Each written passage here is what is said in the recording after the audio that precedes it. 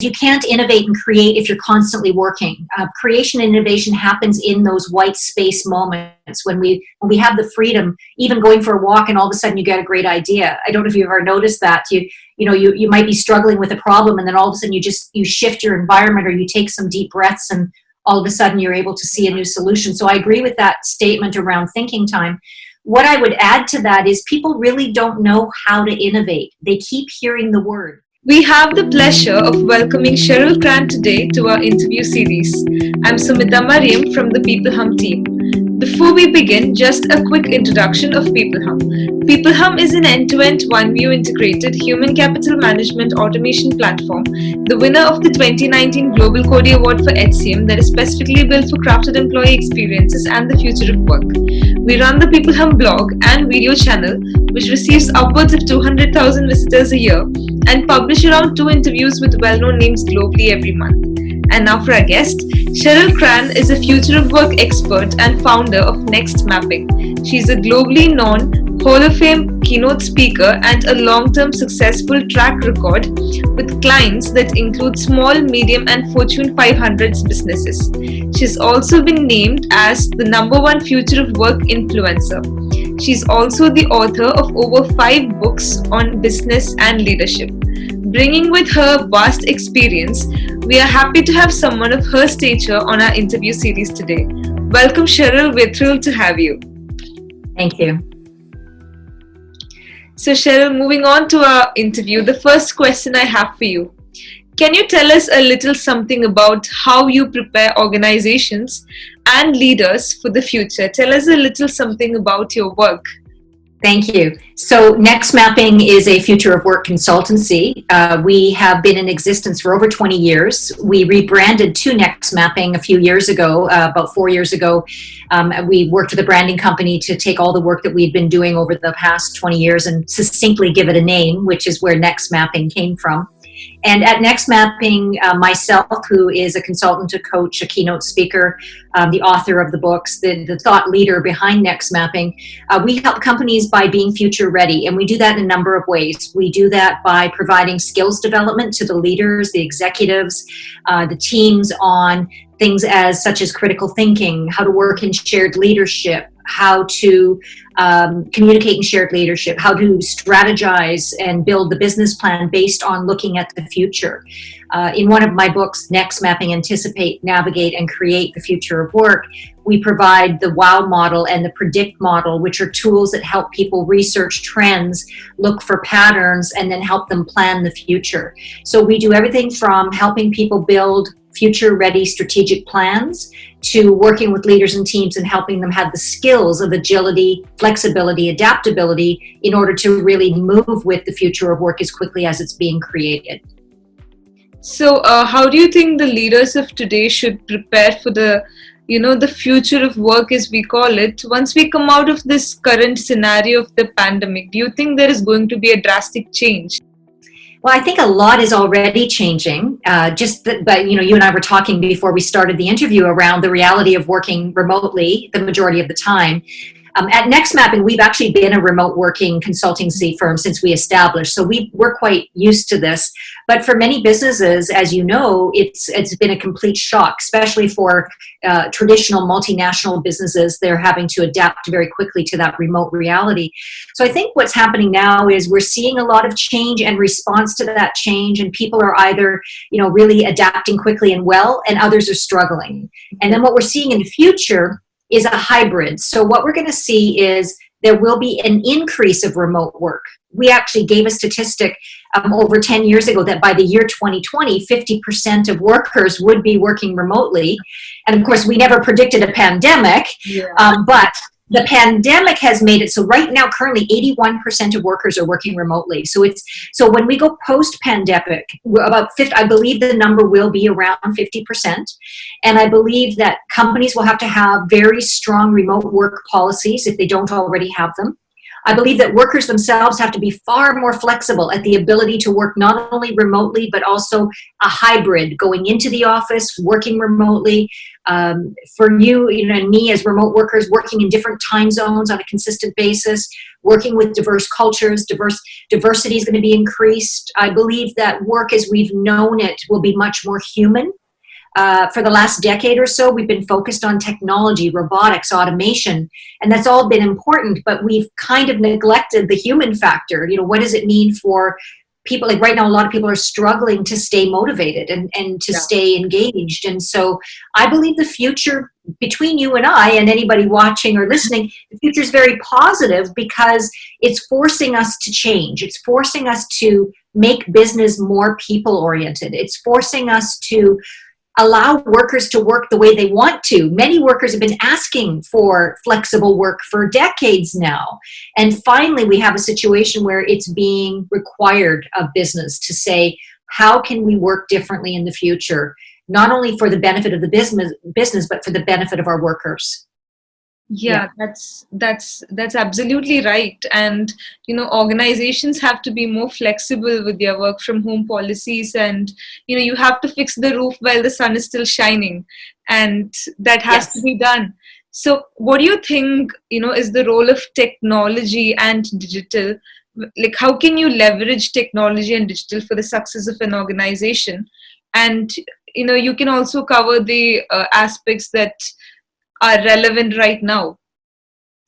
Well, technology is crucial. So what's interesting is the digital solutions were something that we glamorized for the last 10 years. Like it's all about, oh, when we get that new CRM, or oh, when we get the new digital platform, everything's going to be wonderful. And then what they realized was, wait a second, people aren't necessarily using the new systems properly, or they're not leveraging them.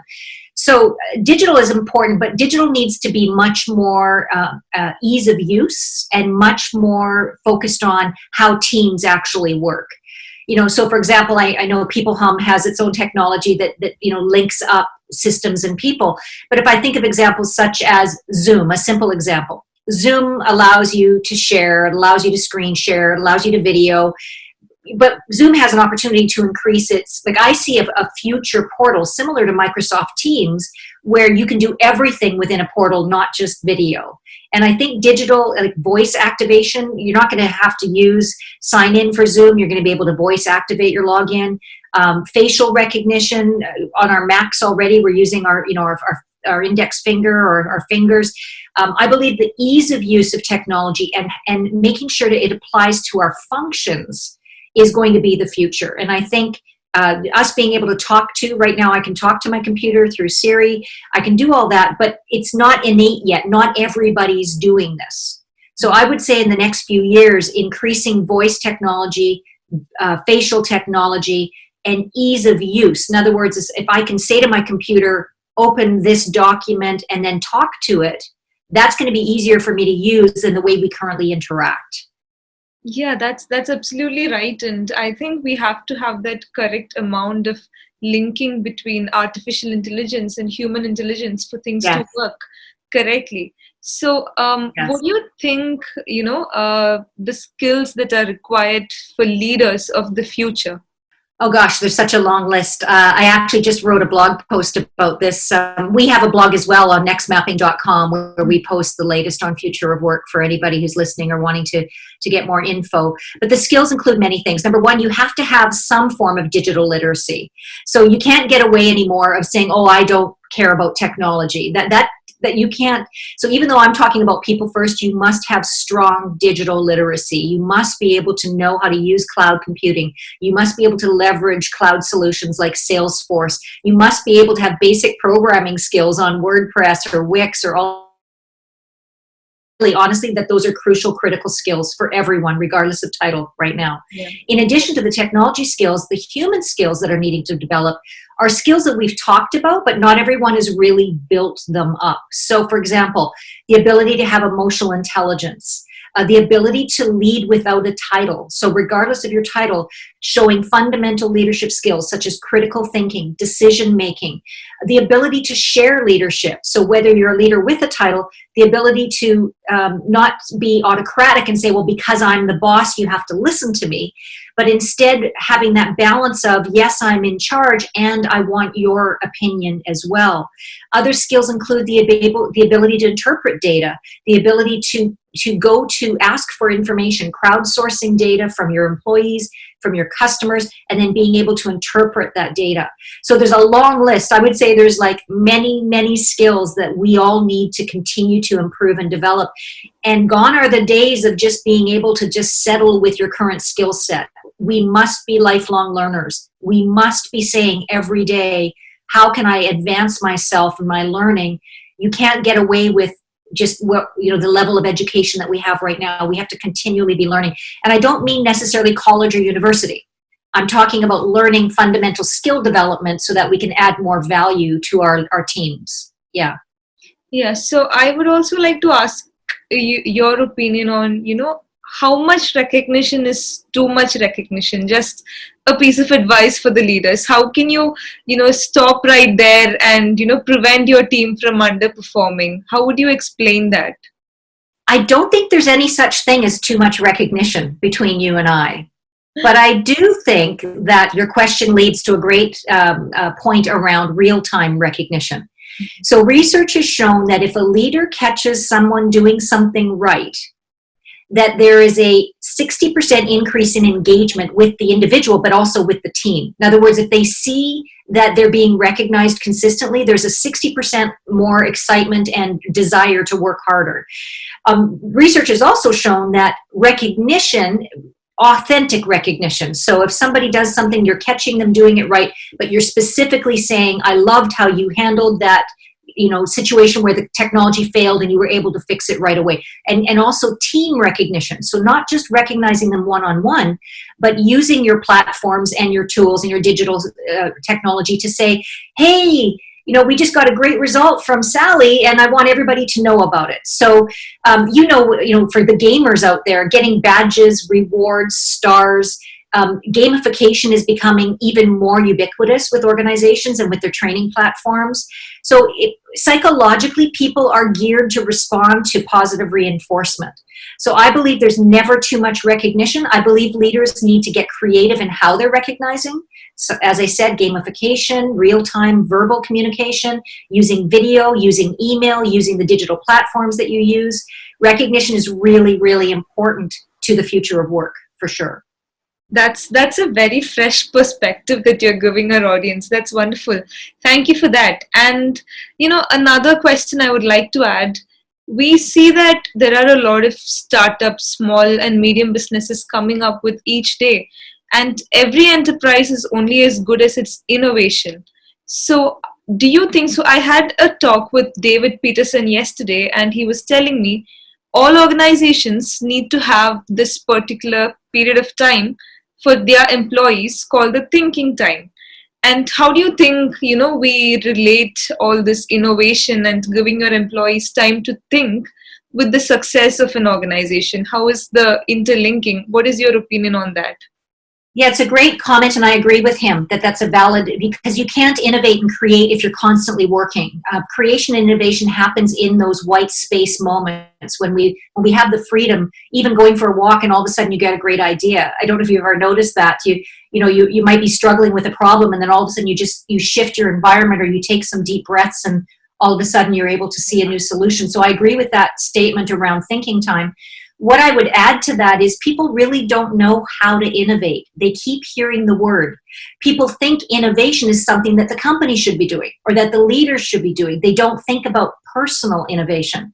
And if I may say so, this is a bit of a plug, but we have a new online course called How to Create and Innovate at the Speed of Change, brand new, just launched a few weeks ago. And it's aimed at the individual to help them gain the inspiration and the energy and the ability to know, how do I create and innovate? So quite simply, we can innovate in our own job, which many people listening to this do. Like you might have a situation at work where you're thinking, why do we do it this way? And you might have a far better way of doing it. That is innovation. But what we need to do is celebrate that innovation, and leaders need to be recognizing when their team members are innovating, rather than saying things like, well, we can't do it that way, or this is the way we've always done it. If an organization doesn't have an environment that encourages innovation, but if the individuals don't know how to innovate, well, then we've got a double problem. So I think we're at an opportunity here, with everybody social distancing and isolating around the world. Everybody is affected by this. There's a lot of things going out there saying if you're not creating while you're quarantining, then you're not making the most of your time. I actually disagree with that, because that puts way too much pressure on people. I would change the statement to use your time to take care of yourself. Number one, your well-being is primary. Second to that, allow your inspiration to bubble up as you go through your days, because you're going to have some times of feeling sad and angry and depressed, and that's normal, and just notice when you're feeling. But then when we have those bursts of inspiration, that's when we can go, oh, I have an idea of how we could. And so I would give people more space and freedom around, don't feel you're wasting your time if you are spending a lot of time thinking, because thinking is a precursor to innovation. So I would like people to take a deep breath and just relax and not feel like they have to be doing something just because we're, isolating and distancing and we're in our working remotely from our homes. Yeah, I think that's a wonderful answer. And most organizations of today, or most leaders of today, especially during these uncertain times, I think they forget to realize what is actually, making your employees jump up from their beds and come back to work. Is it just the passion, or is it something else? I think they need to understand what it is more to engage them more. So thank you so much for that answer. And with the increase in the millennial workforce, so we have the gig economy rising. It is gaining so much momentum right now. Yes. And it's not just the delivery boys or the coffee servers anymore. It's more like you have executives who wants to work for 6 months and then take a break. So how do you think this whole gig economy, the gig workforce, is going to fit in the organizational structure that we have today, especially with the financial crisis that's coming up? Do you think it's here to stay?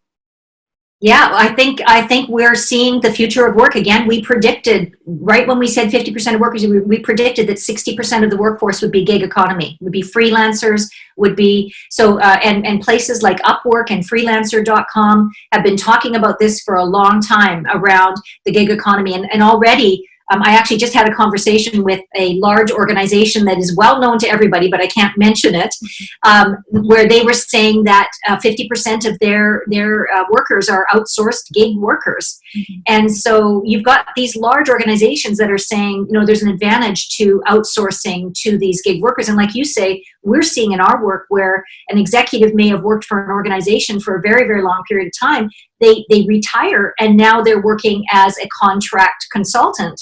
And they're either working for the original client, employer that they worked with, or they're being hired to work in different workforces. So I think that's increasing. I don't think it's going away. I think the financial crisis is causing a lot of businesses to look at their structures right now. I think they're looking at real estate differently, because they're saying, okay, if the future is more remote, then what does that mean about our real estate holdings? Yeah. I think that in regards to real estate holdings, we're going to see multi-use, where maybe a building was one brand, but now it's going to be maybe like a WeWork setup, as well as maybe it'll be a childcare, daycare center. We're going to see much more multi-use real estate. And we're also going to see that outsourcing is going to free up it's going to actually make most economies in every country. Of course, every country has their varying uniqueness that they're dealing with. But in most countries already, the gig economy is contributing majorly to the overall statistics of the country's GDP and success. So, I don't see that trend going away. And I think organizations need to, if they're not already, need to look at their full-time worker reality and say, how can we look at work? It's not about jobs anymore. It's about work. So how much of this work can be automated? How much of this work can go to robotics? How much of this work needs to be done by people? Okay, if this work needs to be done by people, how much of it needs to be done by full-time people? Can we job share? Do you know that women in particular as a demographic have been asking for job sharing in industry for over a decade? And in industries like legal industry, no, we don't do that. We don't do job sharing. Well, now they're going to have to. Yeah. Because to keep talented people, they're saying, I'll only do it if I can work partially from home or if I can job share. And so we're going to see executives job sharing. Oracle had the co-CEOs. We're going to see more companies having shared roles, not because of the financial implication, but because people are changing their ideas about work and life. And nobody wants to work the 100 hours a week anymore. Those days are gone, unless you're a passionate startup who's just, completely immersed in what you're doing. That's a different story. But I'm saying in general, we are living in a time where millennials, Gen Zs want to spend time with their families and they want quality time. This pandemic has actually created quality time for many, many, many families. Some people don't want as much quality time, but for most people, it's created quality family time. Yes. I think that answer is an absolute eye-opener to a lot of our viewers. And just one quick question as a follow-up. Do you think, all these kinds of integrations, the modern aspects to it, joint workplaces and all of that is easier for the new age organizations or the startups, the small companies that are coming up? Because larger organizations with a lot of history will find it more difficult to integrate all these factors around it and, make it more millennial friendly. So how do you think you can advise them to, integrate all of it? Well, that's who we do a lot of work with traditional organizations who are wanting to make the changes to be future ready, because frankly, their competitors for talent are the new startups. Because new startups are allowing the flexibility, they're allowing the job sharing, they're allowing the profit sharing. So a lot of traditional organizations have been so traditionally structured that to make those changes, it's more of a challenge. Doesn't mean it's impossible. What we help a lot of companies realize is if you've got innovation hubs within the organization, you can now build sort of within a large organization these innovation like startups, and a lot of companies are doing this. Companies like Amazon, Disney, Google have innovation labs, and they have these innovation startups.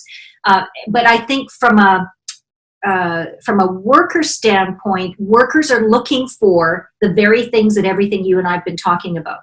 So if those traditional organizations are not able to create those items, two things are going to happen. Number one, they're going to lose very talented people if they're not already losing them.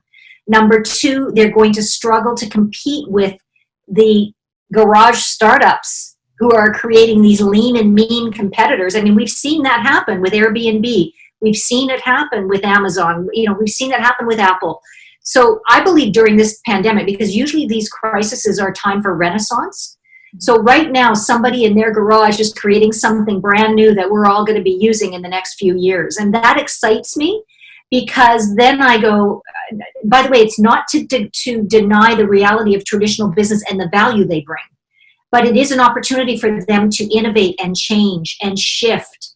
And if they don't do that, I don't want to be a fearmonger, but there's a statistic that says 50% of Fortune 500s in North America will not exist in the next 5 years. And I think that's a very true statistic if you're not adapting to the changes of both consumer behavior and worker behavior. I absolutely agree with you. And I think everyone's just waiting to see what's on the other side once we come out of the pandemic. So yes. The conversation has been an absolute eye-opener for me and for the audience. So just to wrap up the interview, I have one last question for you. If you have any important sound bites that you would like to leave our audience. Gosh, you asked some really good questions, so I think we got it all. But I think what I would part with is that as an individual, asking yourself and ourselves, am I really a change leader? Mm-hmm. In one of my books, The Art of Change Leadership, I talk about when we're going through a disruption like we're going through right now, that there's the change cycle. And the first reaction in the change cycle is to push back, to resist, to be afraid. And then the next phase is to defend. We want to defend the old. We want things to go back to what they were. And then the third phase is we realize that this change is permanent and we go, oh, I've got to be creative. This is where we get energized and get inspired. But the fourth part, which is where we want to get to, is we take action to create that new future. We actually integrate the change and say, okay, this is our new reality. Here's what we need to do moving forward. So I think for any individual, reading the transcript or watching or listening, to be able to just really test yourself, am I really a change leader? Because I think the more of a change leader we are, the more agile, and the more any of us can handle what's going to come if we are adaptable. So those would be my parting words. Thank you so much. That's going to help a lot of aspiring leaders out there. So Cheryl, Wonderful. This has been an amazing experience for me, a truly enriching experience, I would say, because I learned a lot from this short conversation that we had, and it's truly different from reading a book. It's like a one-on-one conversation with the guru herself is, so enriching. Thank you so much for that. Thank you. Appreciate it. It was our pleasure to have you, and have a safe and healthy time ahead of you.